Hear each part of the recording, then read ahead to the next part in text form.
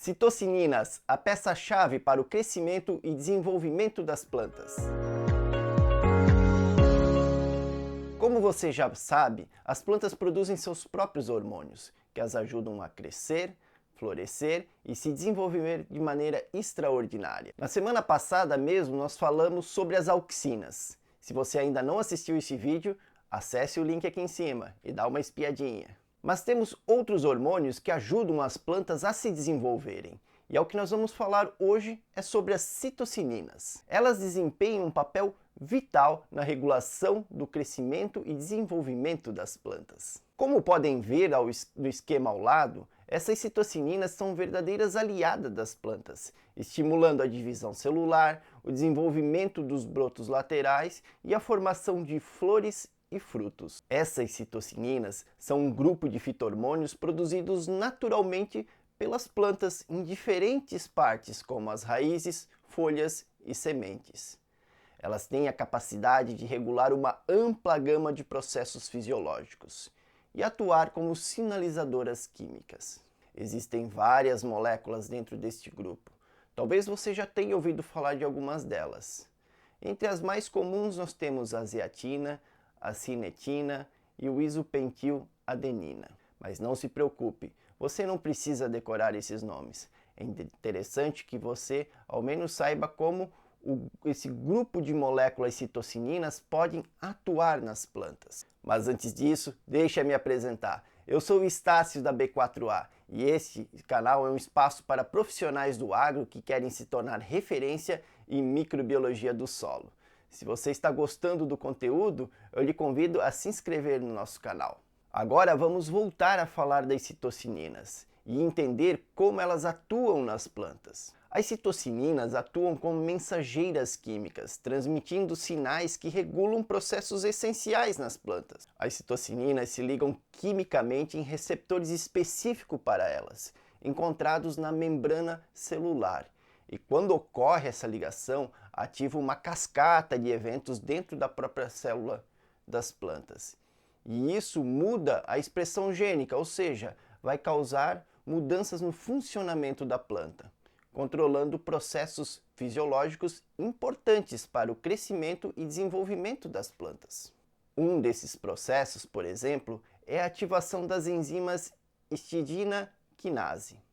Quando elas interagem com a zeatina, ocorre uma fosforilação que ao final do processo resulta em expressão dos genes tipo A. E com isso, ocorrem as respostas da planta em relação às citocininas. Resumindo, imagine que as citocininas são como os mensageiros que entregam as instruções para o crescimento e desenvolvimento das plantas, coordenando então todas as etapas importantes para que isso ocorra. Quando as citocininas são produzidas em quantidades adequadas, elas estimulam a proliferação celular, resultando em um crescimento vigoroso das raízes, caules e folhas. É como se as plantas recebessem uma dose extra de energia para crescerem mais rápido e se tornarem mais fortes. Além disso, as citocininas também desempenham um papel importante na formação de brotos laterais, que são como pequenos ramos que se desenvolvem a partir dos nós dos caules. Outra função fascinante das citocininas é a influência na formação de flores e frutos. Elas são responsáveis por desencadear o processo de diferenciação das células, transformando, por exemplo, pequenos botões em flores coloridas e frutos suculentos. Agora saiba que não são apenas as plantas que produzem citocininas. Micro-organismos também são capazes de produzir.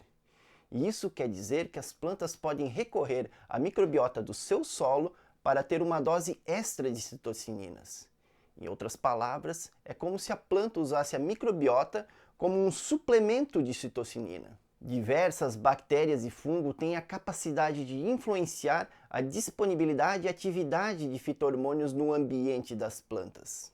Como, por exemplo, podemos falar resumidamente de duas bactérias do gênero Bacillus, que são muito bem conhecidas por vocês. As bactérias da espécie Bacillus subtilis demonstram ser ótimas produtoras de fito-hormônios, entre elas as citocininas. E a bactéria Bacillus arabatae também não fica para trás. ela é capaz de disponibilizar uma citocinina chamada de transzeatina. Esse suplemento pela microbiota faz com que a planta sempre esteja firme e forte para se desenvolver. Como podemos ver, as citocininas são importantíssimas para o desenvolvimento das plantas, desempenhando um papel fundamental desde a proliferação celular até a formação dos frutos. E também que uma das formas de manter os níveis satisfatórios de citocininas para a planta se desenvolver é a disponibilização pela microbiota. Mas e aí? Será que a microbiota do seu solo é capaz de produzir citocininas? Se você está com essa dúvida, dá uma olhadinha na tecnologia da B4A. Eu deixei alguns links aqui na descrição do vídeo. Essa tecnologia é baseada em metagenômica e permite que você tenha um conhecimento da biodiversidade da microbiota do seu solo e consegue ver também várias funções, e entre elas, por exemplo, a produção de citocininas e entender se está precisando ser melhorada no seu solo. Além disso, saberá qual o tipo de produto, manejo, que você precisa colocar para melhorar o solo. Obrigado para você que ficou até aqui comigo. Se gostou desse vídeo, eu lhe convido a curtir, a compartilhar e a deixar um comentário falando sobre o que achou. Veja também as nossas redes sociais. Estamos presentes no Instagram, no Facebook e no LinkedIn. Um forte abraço e até o próximo vídeo.